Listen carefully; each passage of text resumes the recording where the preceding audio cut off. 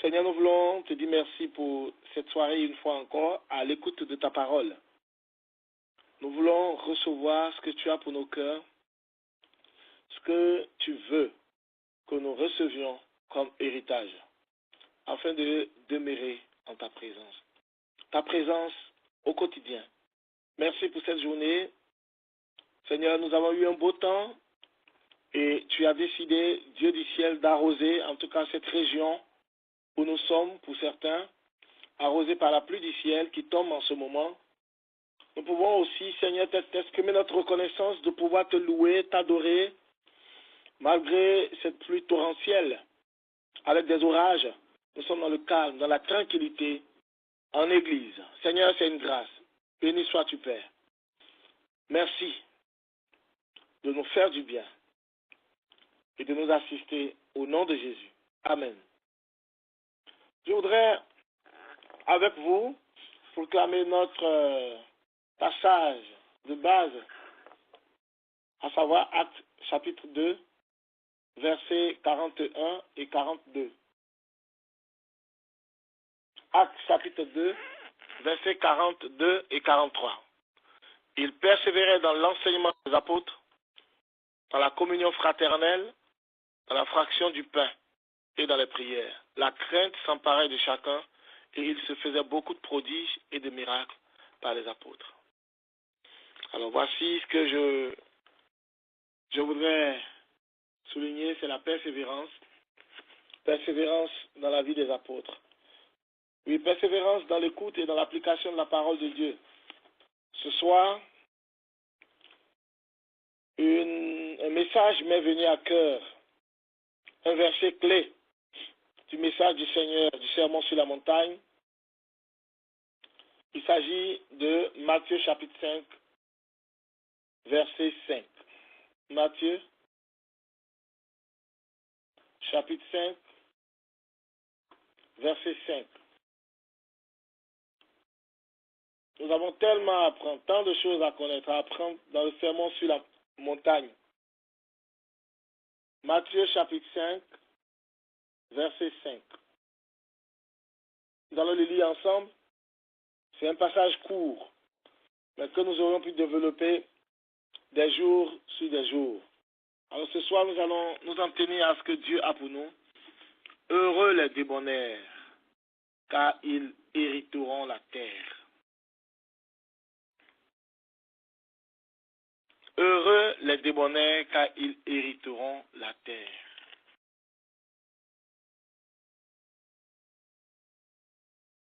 Dans une autre version, il est dit, je lis d'autres versions, heureux ceux qui sont doux, car ils hériteront la terre. Heureux ceux qui sont humbles, car Dieu leur donnera la terre en héritage. Alors, le changement important que nous avons, en fait, de mots, mais qui gardent les mêmes significations, c'est doux, humble et débonnaire. Qu'est-ce que nous devons attendre par là?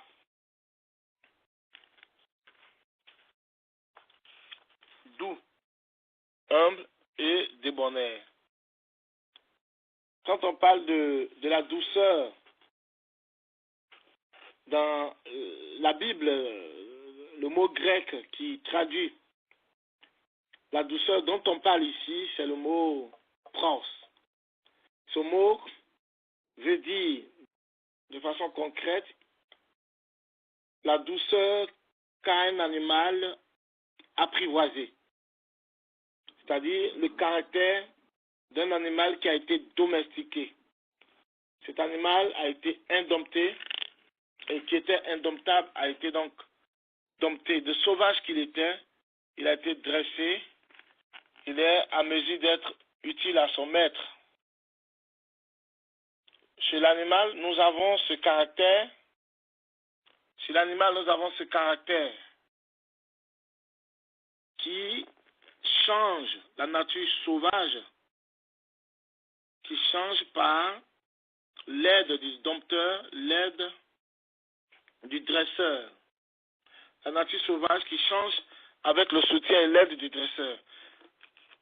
Mais au niveau de l'homme, en ce qui nous concerne, l'homme doux, celui qui est doux a réussi en lui-même à faire un travail sur lui-même et à maîtriser, à canaliser cette puissance naturelle qui était à son état brut. Donc, au niveau de l'animal, c'est le dresseur qui fait le travail. Mais nous sommes à mesure de faire un travail sur nous-mêmes et avoir ce caractère doux. Et ce travail est propre à toute personne, à tout humain. Et ce n'est pas l'apanage des chrétiens ou des ceux qui sont en quête de changement seulement. Mais toute personne qui le désire peut accéder à cela. Alors, donc une personne douce dans ce sens possède désormais un esprit soumis, un esprit agréable, un esprit bien disposé, un esprit docile. Cette personne possède un esprit sensible, un esprit compatissant.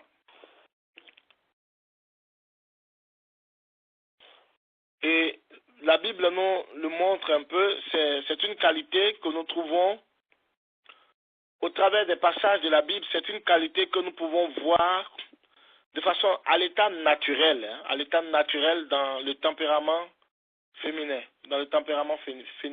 féminin. C'est la raison pour laquelle des versets, des passages de la Bible le soulignent et nous allons lire ensemble ces passages. 1 Pierre, chapitre 3. 1 Pierre,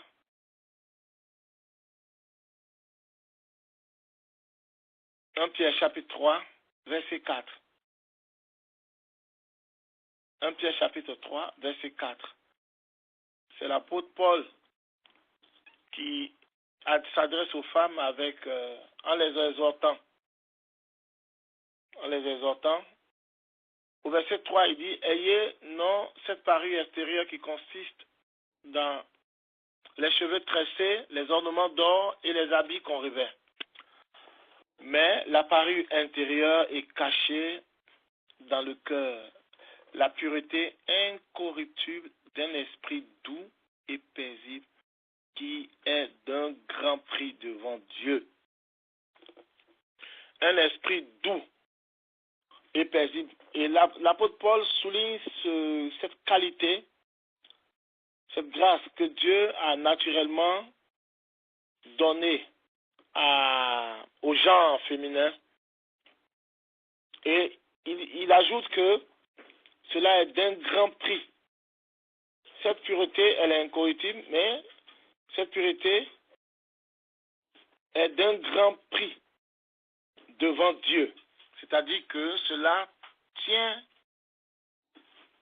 à cœur et au fond de Dieu considère cette attitude de cœur, cette attitude de caractère touche Dieu. Et au verset 4, il souligne, mais la parure intérieure est cachée dans le cœur. En fait, cette attitude a lieu dans le cœur et non de façon extérieure. On peut aussi lire 1 Thessaloniciens, s'il vous plaît. 1 Thessaloniciens, chapitre 2. 1 Thessaloniciens, chapitre 2, verset 7. Verset 7. Ici, l'apôtre Paul s'adresse aux Thessaloniciens et il relève aussi cet aspect important. Nous le lisons, 1 Thessaloniciens chapitre 2, verset 7. Mais nous avons été pleins de douceur au milieu de vous, de même qu'une nourrice prend un tendre soin de ses enfants. Voyez la relation, ceux qui traitent souvent l'apôtre Paul de caractère difficile envers les femmes, bon, oui, c'est vrai qu'il y a des propos qui étaient propres au contexte de Paul. Mais Paul, il est quelqu'un qui a été touché par Dieu, qui relève des qualités. En parlant de son ministère ici, il évoque, il fait la relation avec ce privilège, avec cette qualité que la femme a de nature, et il dit que ce n'est pas une faiblesse. Au contraire, sans cette qualité, notre monde sera détruit, notre monde sera déstabilisé à la base. Il dit, mais nous avons été pleins de douceur, bien plein, le mot plein de douceur, au milieu de vous, de même que, c'est-à-dire tout comme, de même qu'une nourrice prend un tendre soin de ses enfants. Quelle grâce. Cette douceur, qui est synonyme de bonté conditionnée par une attitude de soumission docible. C'est volontaire. C'est volontaire. C'est volontaire et ce n'est pas extérieur.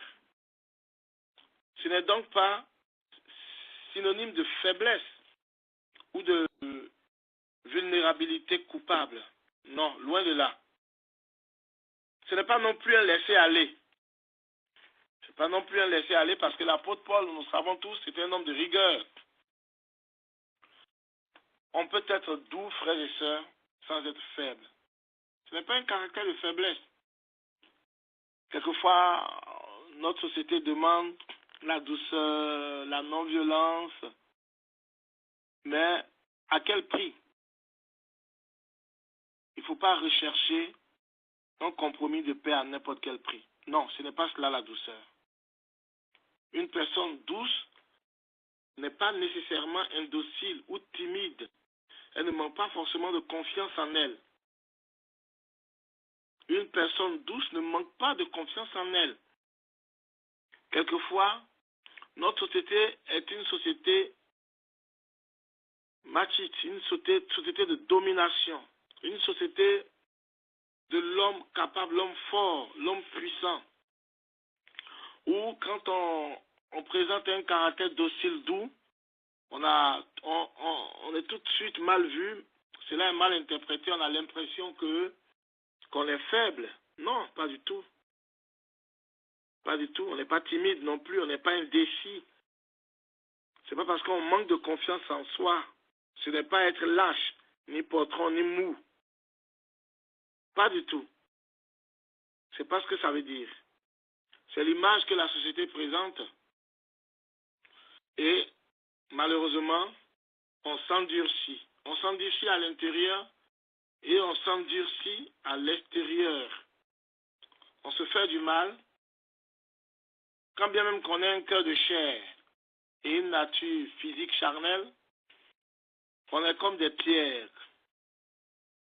Des pierres en nous-mêmes et pour nous-mêmes malheureusement, à cause de l'image. Tout est toujours une question d'image qu'on veut présenter à la société. À telle fin qu'on éduque, notre société est ainsi faite.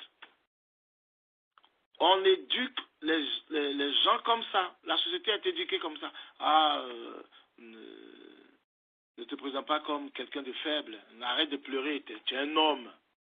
Comme si le fait de pleurer, le fait d'exprimer ses émotions était une honte, était une preuve de faiblesse. Non.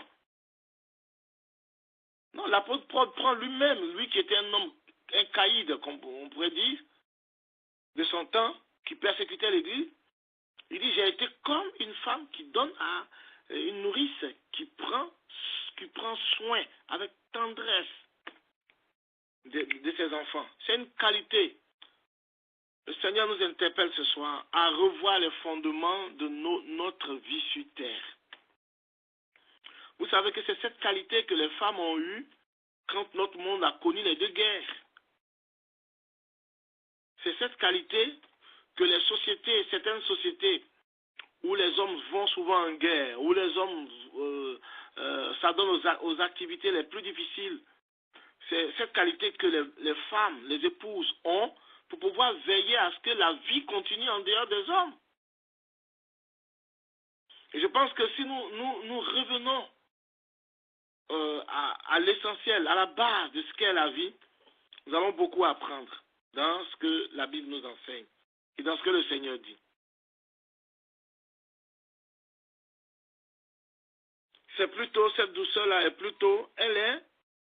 c'est plutôt une attitude de quelqu'un qui est plein de courage, de force et de conviction. Bon, je veux souligner l'exemple de quelqu'un qui n'est pas forcément... Je prends un autre exemple, c'est un auteur sûrement que vous connaissez, vous avez entendu parler, c'est Thomas Hobbes, un philosophe que j'ai beaucoup aimé, mais son point de vue me dérangeait un peu. Il parlait de notre société, il soulignait le fait que c'était la force malheureusement qui régissait notre société et qu'il fallait, pour être accepté, se faire passer pour quelqu'un de fort, de dur.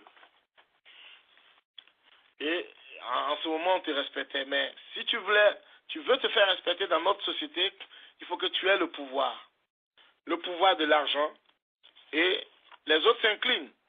Il faut que tu aies le pouvoir des armes, et les autres s'inclinent. Il faut que tu aies la force physique, et les autres s'inclinent. Donc notre société est régie par une force. Et donc il dit que l'homme est malheureusement un loup pour l'homme. Donc il fallait léguer le pouvoir à un léviathan, un maître qui viendra imposer l'ordre et faire taire celui qui opprime les oppresseurs, tout en étant lui le garant de c'est-à-dire qu'on vendait la vie à ce léviathan. J'ai envie de dire malheureusement, notre état d'aujourd'hui, notre société d'aujourd'hui, oui, a un peu constitue une sorte de paix. Mais la paix véritable ne peut venir de l'extérieur des éléments qui sont mis en place. C'est la raison pour laquelle nous qui sommes chrétiens, nous devons donc réaliser, comprendre le privilège que Dieu nous donne. Regardez un homme de ce monde qui a lutté. On a le cas de Martin Luther King. On a le cas de Mahatma Gandhi. Des personnes qui ont lutté par le moyen de la non-violence. C'est-à-dire qui ont développé un courage, une force, une conviction, une assurance intérieure dans leur cœur. Nous pouvons souligner que Martin Luther King a été encouragé par les évangiles, mais Mahatma Gandhi, c'est le pas par la parole de Dieu. La force que nous avons, le courage que nous avons, la conviction, la détermination intérieure que nous avons, ne vient pas par un exercice ou un apprentissage. L'animal, il devient docile en étant dressé par son maître. Mais nous, hommes, pouvons acquérir, même si nous n'avons pas à la base, pouvons acquérir cette grâce, cette douceur, en criant à Dieu, en nous soumettant, et à chaque fois que l'occasion, les circonstances, les événements le permettent, faire usage de la patience, faire usage des vertus, de cette vertu, faire usage des fruits de l'esprit. C'est une sorte de mise à l'épreuve de notre foi. Cela nécessite de la patience, de la persévérance, de la fidélité, de l'espérance. La patience, la persévérance, la fidélité, l'espérance, tout cela se retrouve dans la douceur dont on parle. Et vous voyez, quand on parle de patience, de persévérance, de fidélité et de l'espérance, c'est des vertus qui tirent leur source dans le calme divin, dans la douceur de Dieu. Cette douceur, elle est opposée à la fierté, au fait de se frapper la poitrine. Non. Une personne douce ne recherche jamais, ne sera jamais portée à se glorifier elle-même, à se mettre en avant, à revendiquer son droit, son propre droit ou son statut. dans le but de rechercher son intérêt personnel. Non, non. Mais la personne douce recherche toujours l'intérêt des autres. L'intérêt d'autrui avant ses intérêts, ses propres intérêts.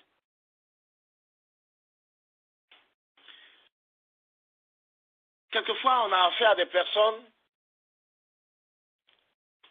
qui réagissent ou bien qui sont émotifs, à des personnes émotives ou qui réagissent de façon brutale ou qui, que ce soit physiquement, par les gestes, ou de façon brutale par le verbe.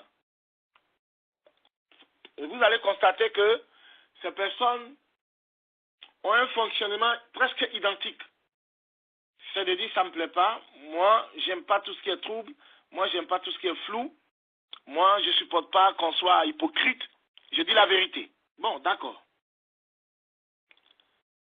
Qu'est-ce que nous recherchons dans le but de dire la vérité?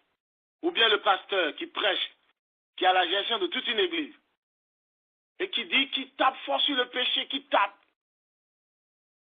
et qui ne vient pas, qui ne descend pas avec douceur vers le pécheur qui est enfoncé dans la boue du péché et qui est lié par exemple par le mensonge, qui est lié par la masturbation, qui est lié par l'hypocrisie, qui est lié par la tricherie, le péché qui est lié, dont la vie est conditionnée par un péché qui est comme un poids. Le pasteur ou le responsable spirituel ne descend pas au niveau de la personne pour relever, pour ôter le poids. C'est ce que Jésus fait. Mais il ne fait que prêcher la vérité. Il prêche de façon dure, crue. Vous allez remarquer que tous ceux qui prêchent durement, qui disent tout durement, ou qui disent la vérité, ce qu'ils font, parce qu'ils recherchent selon eux la vérité, ou quand ça les énerve, moi j'aime pas, je supporte pas, et qui rendent le coup parce que ça ne les arrange pas, la situation est difficile à supporter, ils n'arrivent pas. Vous allez remarquer que c'est parce que ces personnes sont intérieurement troublées. Alors le trouble peut être dû au fait qu'ils luttent eux-mêmes intérieurement contre la situation, ou bien il y a une autre situation qui fait de sorte qu'ils n'ont pas cette capacité intérieure dans le Saint-Esprit, cette paix intérieure dans le Saint-Esprit, cette force intérieure dans le Saint-Esprit, cette grâce intérieure en Christ pour pouvoir supporter l'oppression qui vient de l'extérieur. Et ils réagissent. En réagissant, ils peuvent mettre cela sous la couverture de la vérité, mais en fait, c'est parce qu'ils sont perturbés. Je dis la vérité, je fais, moi, j'aime pas tout ce qui est trouble, j'aime pas tout ce qui est flou. J'ai accompagné quelqu'un il y a quelques années, et la personne, en priant, on parlait, je l'accompagnais régulièrement, et un jour, j'ai dit, bon, écoute, il va falloir qu'on fasse un bilan de ta démarche. J'ai dit, mais voici. Moi, je t'aurais conseillé de faire ainsi, dans telle ou telle situation. De ne pas agir tout de suite, de ne pas répondre. Donc, la personne m'a fait savoir que elle répond parce qu'elle ne peut pas garder. Quand elle garde au fond, qu'elle garde la situation, c'est comme si elle boue et c'est comme si elle gardait rancune. Alors, il faut qu'elle libère, comme ça, elle est libérée. J'ai dit, mais écoute, le but c'est quoi? Tu veux être libéré. D'accord, mais ce n'est pas la meilleure méthode. La meilleure méthode pour être libéré, c'est de remettre à Christ. Maintenant, si tu veux être libéré parce que tu veux dire la vérité, mais tu es peut-être d'enfoncer l'autre aussi. La question, sinon le sujet, c'est de jauger à juste titre ce qui fera le bonheur de l'autre. Ne pas se mettre en avant. Alors donc, quand quelqu'un est doux, c'est la personne qui a la capacité de s'oublier, de ne pas regarder à ses intérêts, à son statut, à son droit, de ne rien revendiquer et de penser à l'autre. En fait, cette douceur dont on parle, ce n'est pas le fait d'être mou, c'est de revenir à un état d'amour jusqu'à porter l'autre. Alors, je vais continuer de parler, je vais lui dire, dans cette situation, je propose que tu fasses comme ça, que tu attends, tu patientes.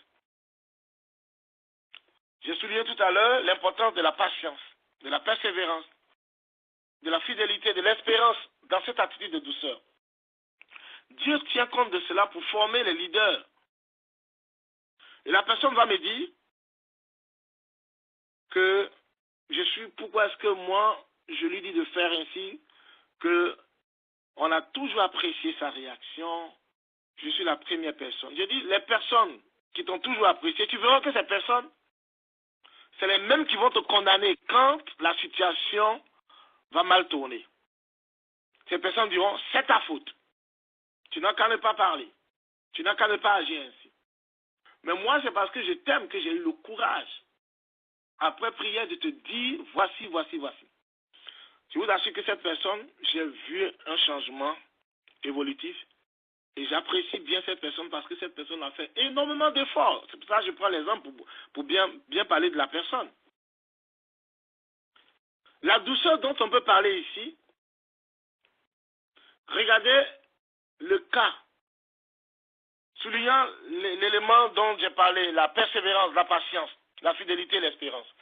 Quand Dieu veut faire de nous quelqu'un de grand, de sérieux, de responsable, de respectable, devant lui et devant les hommes, et qui veut nous confier des responsabilités, vous savez, les hommes, notre nature est faite de telle sorte que l'homme de nature ne se soumet pas. Non. Même s'il se soumet de force, par la force extérieure, au fond de son cœur, il ne se soumet pas. Mais pour que quelqu'un se soumette à une autorité, comme une autorité divine, mais il faut que cette autorité l'aime.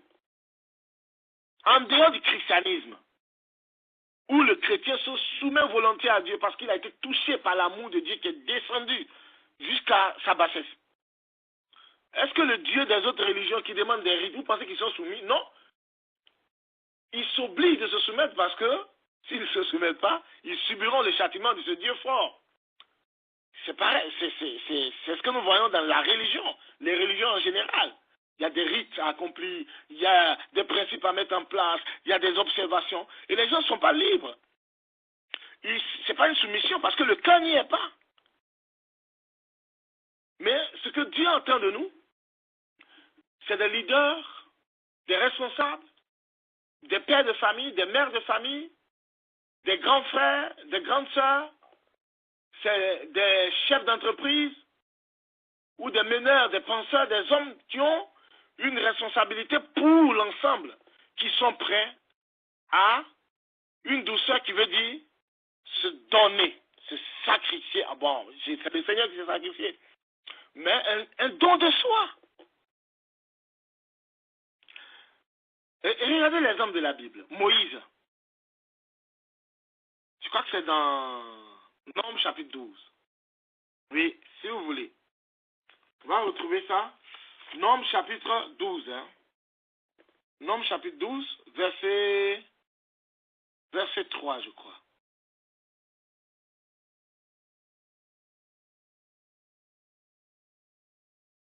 Nombres chapitre 12, verset 3.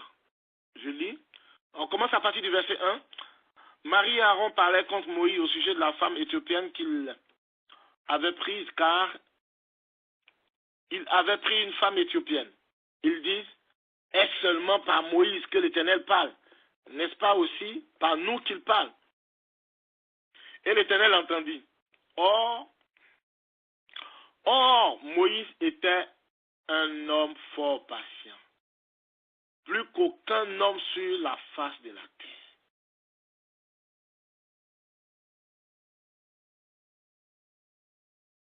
Est-ce que nous avons compris ce que Dieu dit, ce que la Bible relève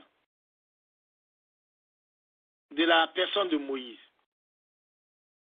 Que ce soit avant ou après, nous verrons l'attitude de Moïse. Moïse qui a été pris par une fureur de voir que un Israélite était en train d'être malmené, il va frapper l'Égyptien, il va le tuer. ça va lui valoir la fuite. Ce n'est pas que ça. Il va se mettre en colère, soulever la table de la table de la pierre. La table de la loi est brisée. Il va se mettre en colère, frapper sur le rocher. Est-ce que vous me comprenez? Et la Bible dit de cet homme-là que il était un homme fort patient, plus qu'aucun autre homme fasse sur la surface de la terre. Dieu, c'est paradoxal. La douceur dont Dieu parle ici, tout le monde est mis à l'épreuve face à cette douceur. C'est la patience. Dieu est doux et compatissant. Ça veut dire que Dieu est patient. Il est persévérant. Il fallait faire. C'est cette douceur-là. Quand on parle de douceur, c'est le fait de pouvoir supporter, se donner, accepter. Moïse l'a été. Donc ça n'a rien à voir avec l'extérieur dont on parle. C'est la raison pour laquelle je prends cet exemple. Vous allez me dire que Moïse a tapé l'autre. Mais quelle était l'attitude de cœur de Moïse? En allant, il a peut-être été brut, il a voulu repousser. Mais quelle était son attitude de cœur? Il était épris, ému. C'est l'intérêt des autres. Je vous assure que c'était le cœur qui était touché pour comment retirer l'autre de son état de souffrance. C'est à cela que Dieu nous appelle ce soir. Elle ne cherche pas, cette douceur ne cherche pas à prendre la place avant les autres, à profiter sur les autres. Notre monde est devenu un monde de violence. De violence. Il y a la violence dans l'économie. Il y a la violence. Je ne parle pas des coups, des injures, des paroles difficiles. Mais le système qui aurait pu être un système garant est devenu un système violent. Aujourd'hui, quand tu donnes, tu aides l'autre, on te traite, entre guillemets, de philanthrope. Mais vous allez voir que tous ces philanthropes, ces bienfaiteurs, ils veulent récupérer sur les dons qu'ils font ailleurs. Ils veulent récupérer en créant des œuvres sociales, récupérer autrement. Mais le don, sans intérêt, sans recherche de récupérer de l'autre, c'est ce don-là qu'on appelle la douceur. Et la Bible a dit que celui qui a un tel état de cœur, un élan de cœur, il va hériter la terre. C'est ce que souligne le psaume 37. Le psaume 37, à partir du verset 8. Psaume 37, à partir du verset 8. Il dit, laisse la colère, abandonne la fureur, ne t'irrite pas, ce serait mal faire. Car les méchants seront retranchés et ceux qui espèrent en l'Éternel posséderont le pays. Encore un peu de temps. Vous voyez la mention, l'idée de la patience. Le méchant n'est plus. Je dirais au lieu, à la place du méchant, la méchanceté n'est pas. Tu regardes le lieu où il était, où il a disparu. Les misérables possèdent le pays et ils jouissent abondamment de la paix.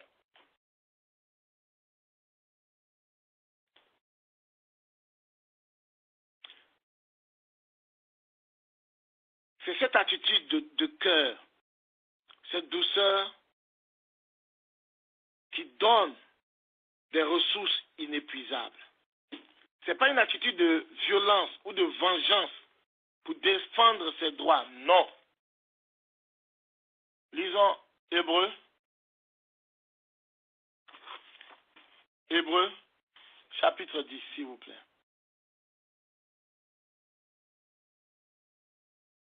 Hébreux, chapitre 10, verset 34.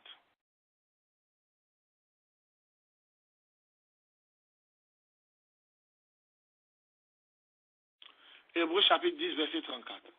Je lis.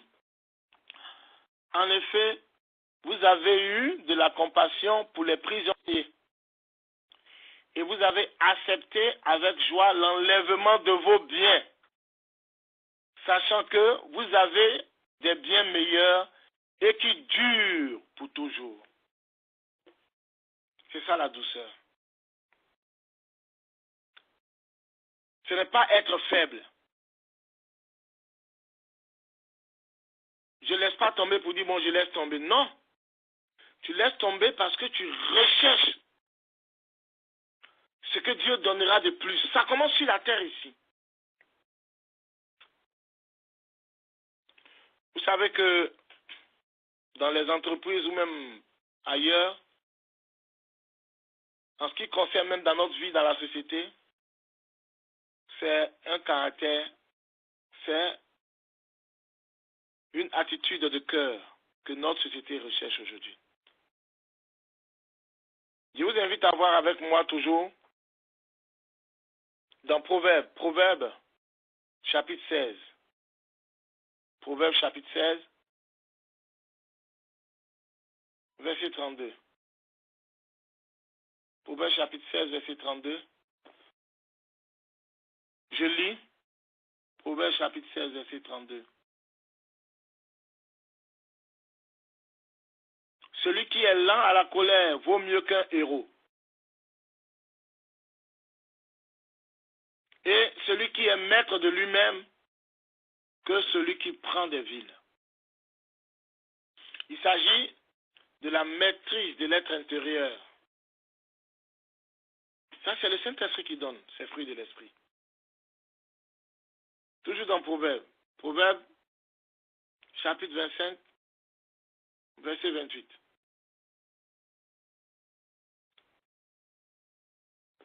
Chapitre 25, verset 28. Pardon. Comme une ville forcée et sans muraille, ainsi est l'homme qui n'est pas maître de lui-même.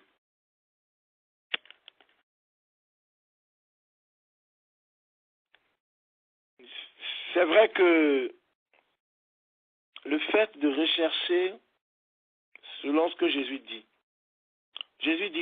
que celui qui est doux, heureux il héritera la terre.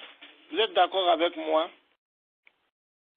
que si nous voulons travailler en paix, nous voulons travailler sérieusement, on préfère travailler avec des personnes conciliantes, des personnes de cœur doux, c'est-à-dire capables de porter, de supporter. Alors, la terre est, entre guillemets, admiratrice des personnes qui tuent les autres, pas parce qu'ils les aiment, ils les apprécient. C'est simplement parce que la terre a peur. Quand je parle de la terre, je parle de l'humanité entière. Mais le leader, le pasteur, le responsable, le président, le chef d'entreprise, qui a un état de cœur doux, qui a la maîtrise de lui-même face à la situation. Parce qu'il y a la violence derrière, il y a la violence après, il y a la violence sur papier, il y a la violence par les systèmes, il y a la violence, le fait de pousser dans les entreprises l'employé à partir de lui-même, il y a toutes sortes de violences. Mais celui qui sait gérer, comprendre, en tant que responsable, venir jusqu'à comprendre ce qui ne va pas dans l'état, dans la situation de son employé, celui-là va non seulement résoudre le problème, mais il aura le respect de son employé. Et cet employé sera réellement soumis. La douceur, au contraire, est une force de caractère. Être doux, c'est se soumettre quand on est provoqué ou poussé à bout. C'est-à-dire qu'on a toute la capacité de réagir, mais on se soumet. C'est être prêt à souffrir l'injustice plutôt qu'à faire souffrir les autres.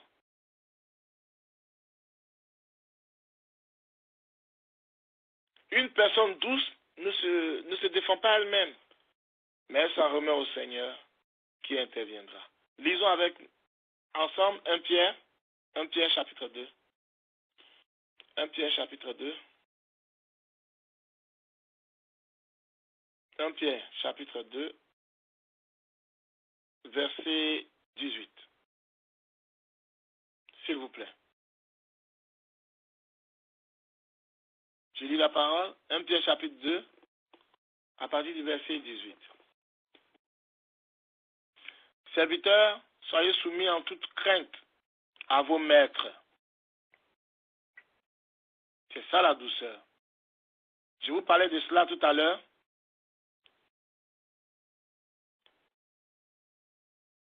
Si quelqu'un est doux, il se soumet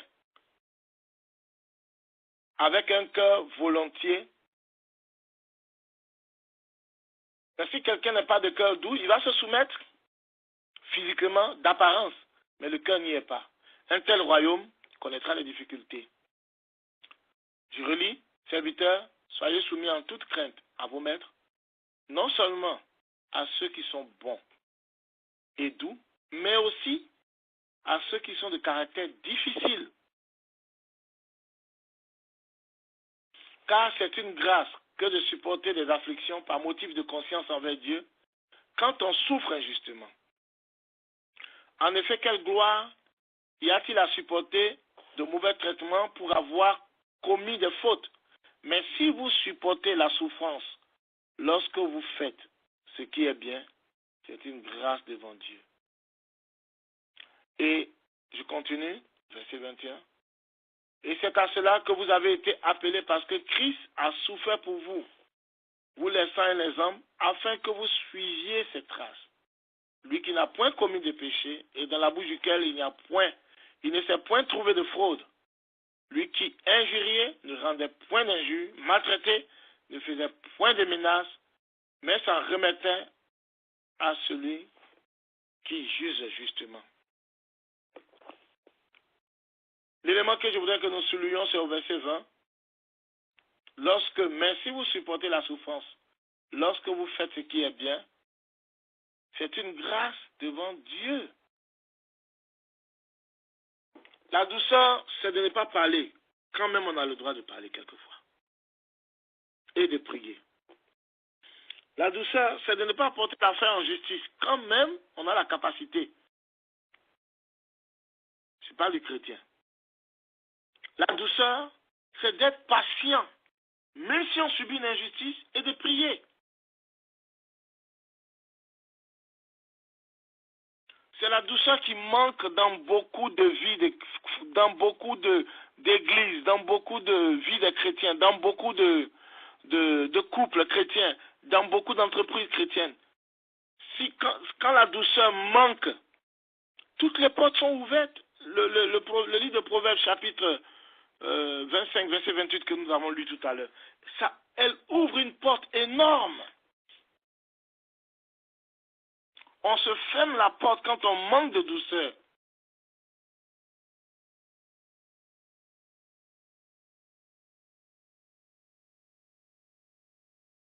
Que Dieu nous aide ce soir. Ma question, est-ce qu'une personne douce, ce soir, est-ce qu'une personne douce peut être violente? Non, physiquement. Non, physiquement. Même à l'intérieur, une personne douce a un trait de caractère, a une nature solide, sans forcément vouloir l'exprimer à l'extérieur, tout en demandant à Dieu de lui donner la capacité de tenir. La douceur dont on parle est une attitude de cœur, c'est une disposition intérieure qui se manifeste, c'est une disposition intérieure d'abord à l'interne, mais qui va se manifester dans notre relation avec Dieu d'abord. Et dans la suite, dans notre rapport avec autrui. Si on n'a pas appris à être patient avec Dieu, on n'a pas appris à supporter les temps difficiles, les épreuves, si on n'a pas appris à accepter ce qui ne va pas, et qu'on murmure, le peuple d'Israël murmura dans le désert. Il manquait de douceur. il a fallu de la douceur pour Moïse, pour les supporter pendant toutes ces années, jusqu'à vouloir même se sacrifier. Il demande à Dieu d'arracher son nom du livre de vie. Bon, à part Moïse, je n'ai entendu personne d'autre dire cela. Donc, que personne ne parle comme Moïse. C'était Moïse.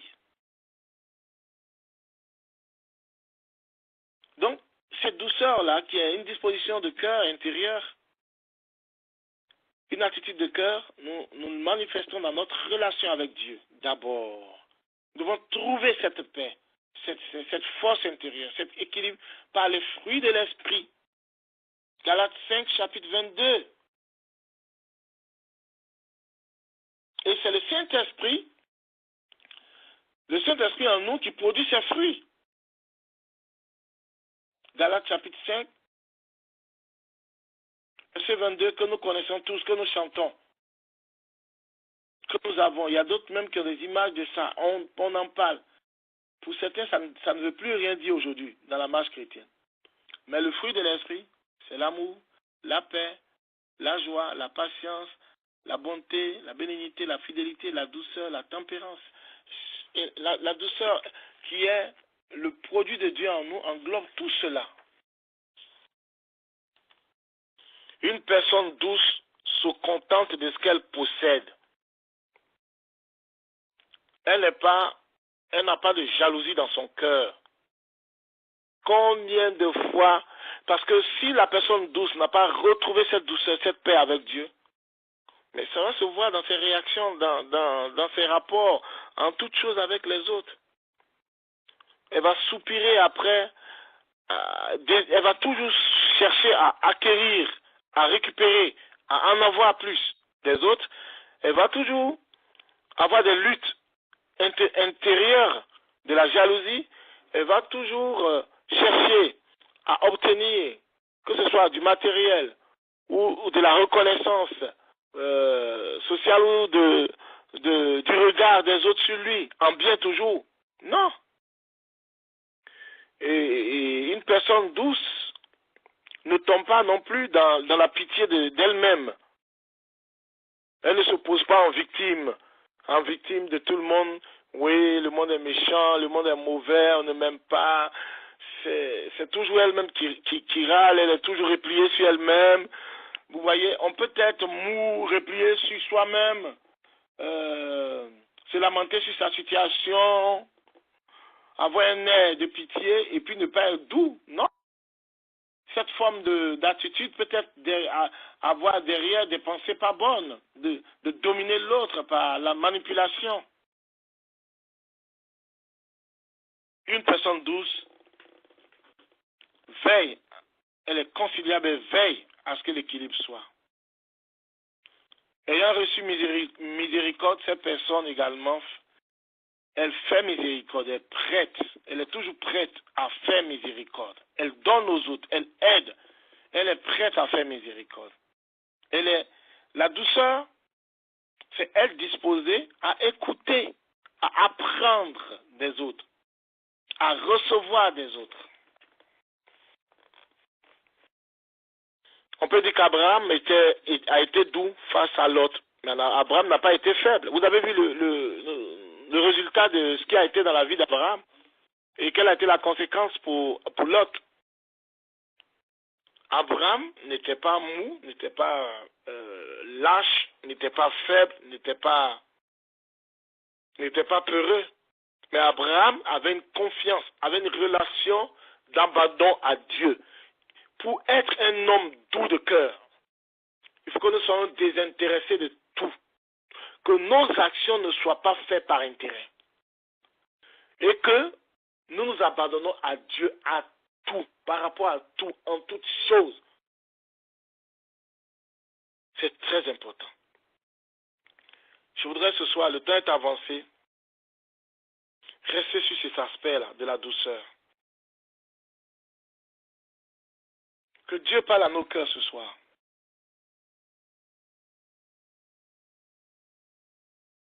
Que le Seigneur nous fasse grâce ce soir. David n'a pas osé porter atteinte à la vie de Saül à cause de la douceur qui était en lui. Frères et sœurs, malgré la pauvreté, la richesse, les difficultés sur terre, le Seigneur nous dit que malgré la souffrance que nous pouvons hériter sur cette terre,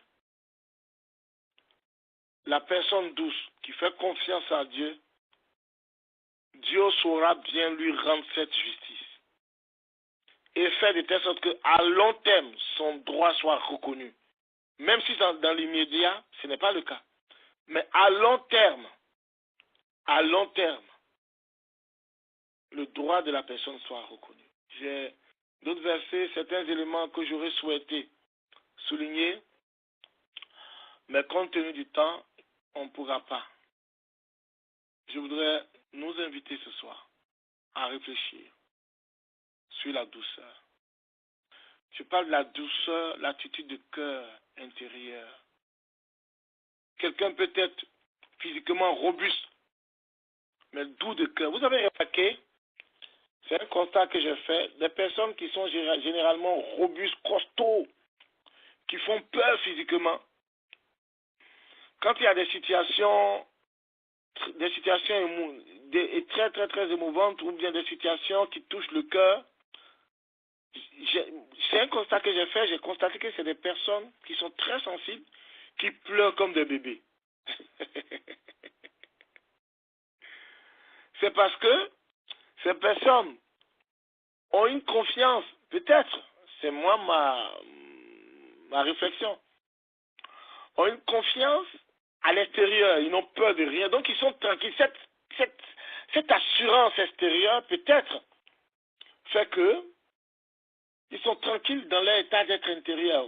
Je parle du fait que ils n'ont rien à prouver en fait. Alors que quand quelqu'un de l'intérieur est résistant, est dur, et manque de douceur, à l'intérieur, même si elle paraît flegmatique à l'extérieur, mais vous allez constater que cette personne aura de la peine à exprimer ses émotions. Je ne sais pas ce qui a pu être cause de la dureté de cœur et d'un problème de douceur et du manque de douceur dans ta vie, dans la vie de quelqu'un qui se sent peut-être concerné par ces messages. Peut-être que tu as été blessé par la vie. Tu as eu peut-être une naissance difficile. Ou peut-être que ton père ou ta mère n'ont pas voulu de toi. Tu as entendu parler de ça. En tout cas, peut-être qu'à la conception, il y a eu une histoire difficile, où tu as eu un choc de la vie, un accident de la vie. Tu as perdu quelqu'un de cher, où tu as été brisé dans ton amour, dans ton rapport avec quelqu'un que tu aimais, où tu as été trahi, où tu as connu une violence, où tu es passé par un rejet ou un viol. Sûrement que tu as connu des situations qui ont été un choc dans ton âme pendant la conception, à l'enfance jusqu'à ce jour. Et cela a mis un fondement du contraire de la douceur en toi. Ce soir, tu peux naître de nouveau et tout recommencer. En Christ, nous sommes une nouvelle créature. Les choses anciennes peuvent être posées à la croix. Je prie ce soir que tous ceux qui ont été blessés, qui étaient doux de cœur de nature, qui étaient humbles, vrais, mais qui ont été transformés par les circonstances de la terre, de leur naissance, de la vie, tout ce qu'ils ont vécu de difficile, que le Saint-Esprit de Dieu vienne intervenir dans les cœurs. Parce que si la guérison n'est pas faite, si nous ne revenons pas au Seigneur dans notre attitude de cœur, si cette terre, quand la Bible nous dit, ils hériteront la terre, nous savons bien que la Nouvelle Jérusalem est une restauration de la vie sur terre. La Bible en parle. Un nouveau ciel et tout, mais la terre sera ôtée, de la terre va être ôté tout ce qui est férocité, tout ce que ce monde connaît. Ce qui fait qu'aujourd'hui, tu es perturbé, tu es troublé, et que tu n'as pas cette douceur. de Christ en toi. On ne l'a pas forcément. Il y a des gens qui sont doux, peut-être pas gras, c'est rare. Mais cette véritable douceur, nous l'avons en Christ. Il n'y a qu'en Jésus-Christ seul que nos motivations, notre intention, peut être l'abandon à Dieu et l'intérêt de Dieu seul. Oui. Même si d'autres sont philanthropes, ont des intérêts, ce n'est pas en Christ. Ça peut être faussé. Tout ce qui est en dehors de Jésus est faux. En fait, je ne dis pas faux. Je veux dire, ce n'est pas dans le sens voulu par Dieu, donc ce n'est pas correct et juste. Mais c'est dans Christ que notre cœur peut être bien disposé à s'abandonner totalement à Dieu. Seigneur, je prie ce soir de guérir les cœurs qui sont blessés, les cœurs endurcis, des personnes qui étaient douces comme des agneaux, des personnes qui étaient douces de cœur, se sont fermées certaines portes sur la terre, se sont fermées des portes de relations importantes, de relations bonnes, à cause de leur attitude qui se voit. Seigneur, je prie que la douceur, en commençant par moi, soit le partage de chacun de nous qui écoutons ce message ce soir. Oh Jésus, toi qui reprenais avec un cœur de sacrifice des personnes et qui les relevait, qui avait vu la femme prostituée et qui l'a relevée. Toi qui voyais des personnes damnées, rejetées, dignes de passer à la guillotine et qui leur tendait la main, qui allait même manger avec eux. Seigneur, donne-nous ton cœur. Donne-nous ton cœur. Aide-nous, Seigneur Jésus, à avoir ton cœur. Je ne parle pas de l'extérieur, mais je parle de l'état d'esprit, de l'être intérieur. Il n'y a que toi seul pour le donner. Jésus, je te prie de parler à chacun cette nuit, demain, après-demain, les jours à venir. Et que ce message ne soit pas jeté à l'oubliette, mis à l'oubliette dans nos tiroirs, oublié. Mais que tu nous parles, que ton esprit nous interpelle, que ton esprit, le Saint-Esprit, parle à nos cœurs, à nos pensées, à notre réflexion, à notre raisonnement. Merci Jésus. Toi qui es venu donner ta vie pour nous, pour que nous arrivions un jour au ciel. Tu commences avec nous sur cette terre. Béni sois-tu, Père. Souviens-toi de moi. Souviens-toi de mes sœurs, de mes frères. Au nom de Jésus. Amen.